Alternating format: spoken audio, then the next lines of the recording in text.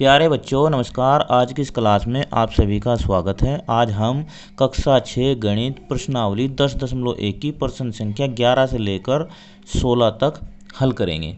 इससे पहले वीडियो में हमने 6 से लेकर 10 तक प्रश्नों को हल किया। अगर आपने वह नहीं देखी तो उसे भी ज़रूर देख लेना। अब देखो प्रश्न नंबर 11। एक धागे का टुकड़ा 30 सेंटीमीटर लंबाई का है। क्या है? एक धागा है हमारे पास। कितना है वह? 30 सेंटीमीटर लंबाई का है। प्रत्येक भुजा की लंबाई क्या होगी यदि धागे से बनाया जाता है? कितना अच्छा प्रश्न है। उसने कहा कि एक धागा है हमारे पास, 30 सेंटीमीटर लंबाई है। अगर उससे एक वर्ग बनाया जाए, एक समबाहु त्रिभुज बनाया जाए, एक समषटभुज बनाया जाए, तो इन आकृतियों की भुजा की लंबाई क्या होगी? क्या पूछा? भुजा की लंबाई क्या होगी। अब देखो, अगर धागे से हम वर्ग बनाते हैं, क्या बनाते हैं? वर्ग। अब ये देखो, अगर हम धागे से वर्ग बनाते हैं तो वर्ग की चारों भुजाएं बराबर होती हैं। चारों भुजाएं बराबर होती है। अब यहाँ से अगर हम शुरू करते हैं तो यह भुजा और ये यहाँ तक चारों भुजाओं का जो योग होगा वो कितना होगा? 30 सेंटीमीटर होगा। इसका मतलब जो हमारे पास धागा है और जो उसकी लंबाई है वो वर्ग का परिमाप है। ठीक है। अब यहाँ लिखते हैं धागे की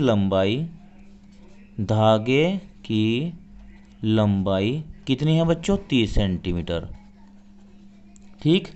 अब वर्ग का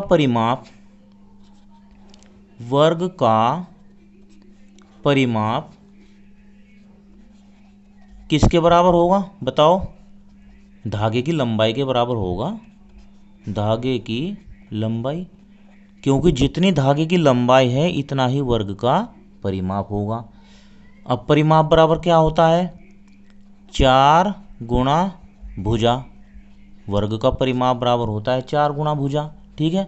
अब धागे की लंबाई कितनी है? 30। भुजा कितनी होगी बताओ? भुजा होगी 30 को 4 से भाग कर दो। अब जब 30 को 4 से भाग करेंगे तो 4 सत्ते 28, बचा कितना? 2 दशमलव लगाई 0, 20 हो गया। 4 पंजे 20, 7.5 सेंटीमीटर वर्ग की भुजा होगी। या इसे ऐसे समझ सकते हैं कि परिमाप तो हो गया 30 और 4 भुजाओं का योग है, तो 4 से जब भाग करेंगे 30 को तो कितना आएगा? 7.5 सेंटीमीटर ही आएगा। अब दूसरा क्या कहा उसने? दूसरे उसने कहा है कि एक समबाहु त्रिभुज बनाया जाए। क्या? एक समबाहु त्रिभुज बनाया जाए। चलो अब समबाहु त्रिभुज देखते हैं। यहाँ पर देखो, समबाहु त्रिभुज का मतलब होता है जिसकी तीनों भुजाएं बराबर हो, और त्रिभुज का मतलब 3 भुजाओं वाला। तो यानी इसकी तीनों भुजाओं का जो योग होगा वो कितना होगा? 30 सेंटीमीटर। क्यों? धागा हमारा 30 सेंटीमीटर का है। तो यहाँ पर लिखेंगे त्रिभुज का परिमाप कितना होगा? धागे की लंबाई जितना होगा ना, बराबर धागे की लंबाई। अब परिमाप होगा इसका 3 गुणा भुजा, क्योंकि 3 भुजाएं हैं ना, तो तीनों भुजाओं का योग या 3 से भुजा को गुणा कर दो, ये इसका परिमाप होगा। और धागे की लंबाई है 30। अब भुजा कितनी होगी इसकी बताओ? भुजा की लंबाई होगी इसकी 30/3, या 3 से जब 30 को भाग करेंगे तो कितना आएगा? 10 सेंटीमीटर। ये इसका आंसर हो जाएगा। तीसरी आकृति कहा है उसने? एक समषटभुज। समषटभुज। अब समषटभुज क्या होता है? यहाँ पर देखो, समषटभुज का मतलब होता है 6 भुजाओं वाली आकृति, और 6 की 6 भुजाएं इसकी सम का मतलब बराबर है। तो ये भी आकृति उसने धागे से ही बनाई है। ये 6 आकृतियाँ 6 भुजाएं हैं इसकी, 6 की 6 भुजाओं का जो योग होगा वो कितना होगा? 30 ही होगा। तो इसका मतलब समषटभुज का जो परिमाप है वो कितना है? 30 सेंटीमीटर। तो यहाँ लिखेंगे समषटभुज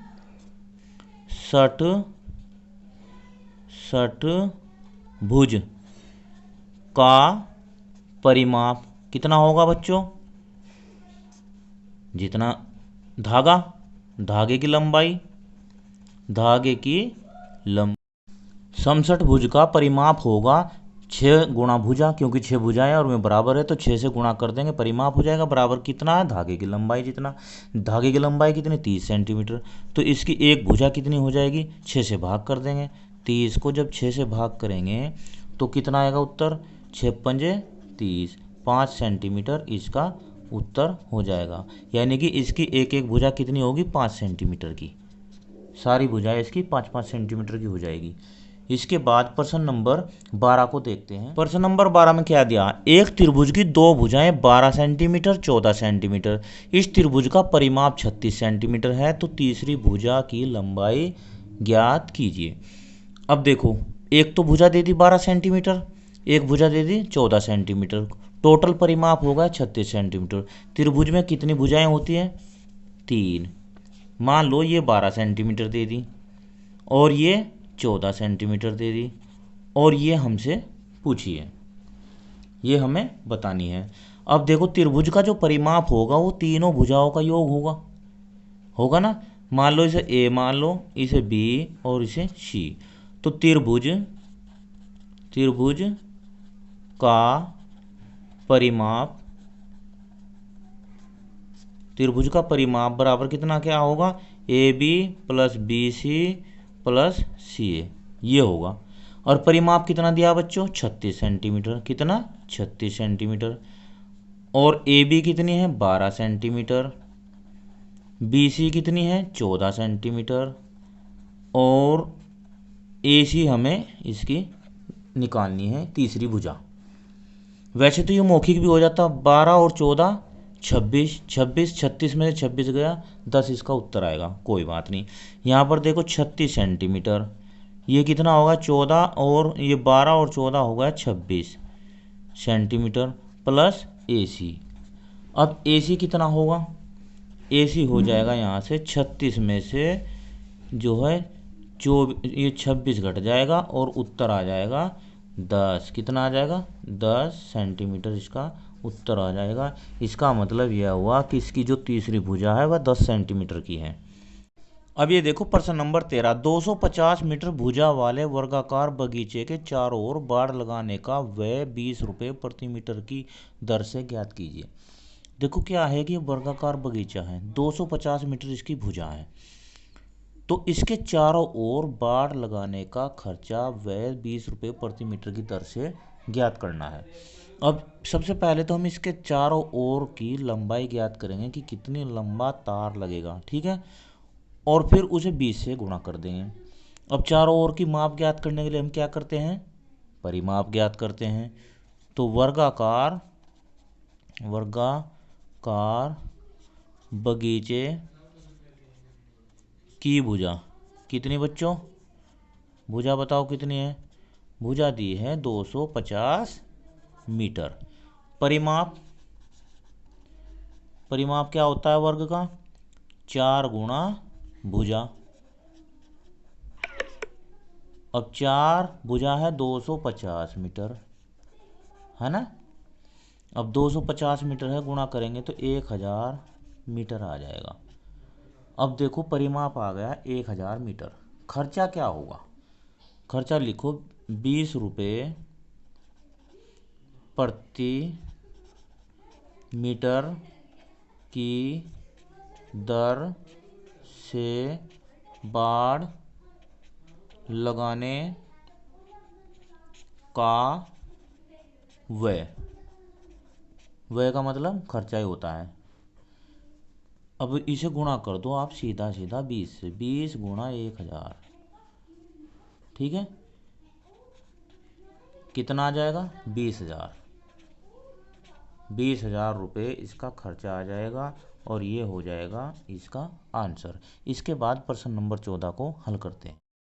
प्रश्न नंबर 14 को देखो, एक आयताकार बगीचा जिसकी लंबाई 175 मीटर और चौड़ाई 125 मीटर है के चारों ओर 12 रुपये प्रति मीटर की दर से बाड़ लगाने का व्यय ज्ञात कीजिए। बिल्कुल सेम प्रश्न है, वो वर्ग था, ये आयत है।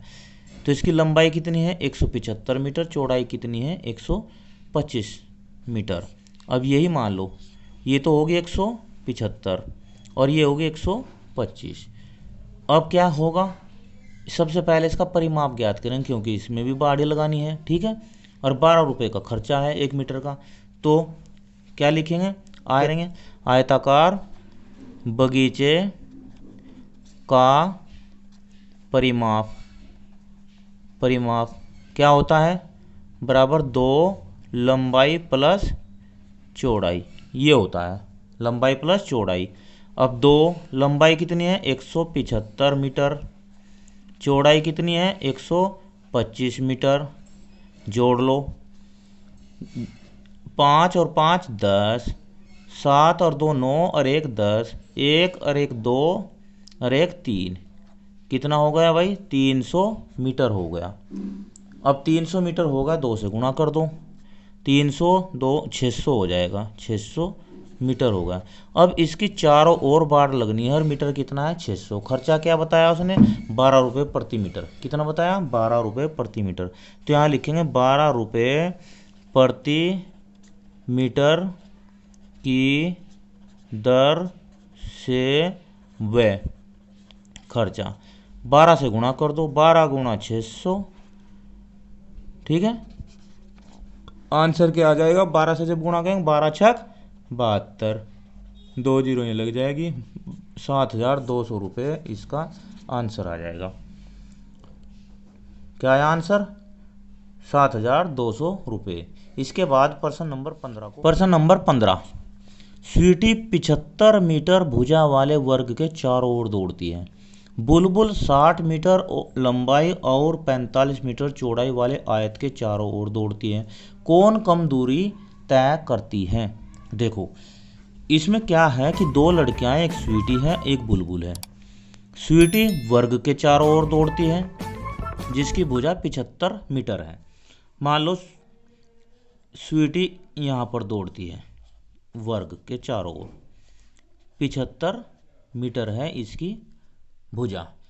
और बुलबुल, बुलबुल इस आयत के चारों ओर दौड़ती है जिसकी लंबाई 60 मीटर है और चौड़ाई 45 मीटर है। यहाँ पर क्या है स्वीटी और यहाँ क्या है बुलबुल। अब देखो उसने कहा कि कौन सी कम दौड़ती है, कम दूरी तय करती है। अब इसमें हम क्या देखेंगे, देखो स्वीटी भी यहाँ से चली चारों ओर चक्कर लगाया, बुलबुल यहाँ से चली चारों ओर चक्कर लगाया, तो दोनों का क्या ज्ञात करना होगा, परिमाप। इस यहाँ पर वर्ग का परिमाप ज्ञात करेंगे, यहाँ पर आयत का परिमाप ज्ञात करेंगे। तो लिखो स्वीटी द्वारा दौड़े गए वर्ग का परिमाप। ये लो हमने स्वीटी वाला निकाल लेंगे हम, क्या है 4 गुणा भुजा वर्ग ना। अब 4 गुणा भुजा का मतलब होगा 4 से भुजा, भुजा कितनी 75, 4 गुणा 75 मीटर।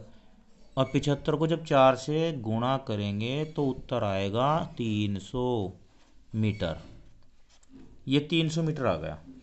बुलबुल यहाँ पर लिखो बुलबुल द्वारा दौड़े गए आयत का परिमाप, आयत का परिमाप। अब आयत का परिमाप बराबर क्या होता है 2 लंबाई प्लस चौड़ाई, यही होता है ना। चलो 2 लंबाई कितनी बच्चों 60 मीटर, चौड़ाई 45 मीटर, कितनी 45 मीटर। अब 2 से गुणा हो जाएगी, 60 45 होता है 105 मीटर। जब गुणा करेंगे तो ये हो जाएगा 210 मीटर। कितना हो जाएगा 210 मीटर हो जाएगा। अब आप एक बात बताइए कि कौन सी कम दौड़ी है इनमें। वो स्वीटी तो 300 मीटर दौड़ी है, बुलबुल 210। तो यहाँ लिखेंगे बुलबुल द्वारा, बुलबुल द्वारा तय कम, बुलबुल द्वारा कम दूरी तय की गई। बस ये आंसर हो जाएगा इसका, तय की गई। क्योंकि बुलबुल ने 210 मीटर दौड़ा है। ठीक है, आशा करता हूँ यह वीडियो आपको बहुत अच्छी लगी होगी। आप हमारे चैनल से जुड़े, इसके लिए आपका बहुत बहुत धन्यवाद। आपका दिन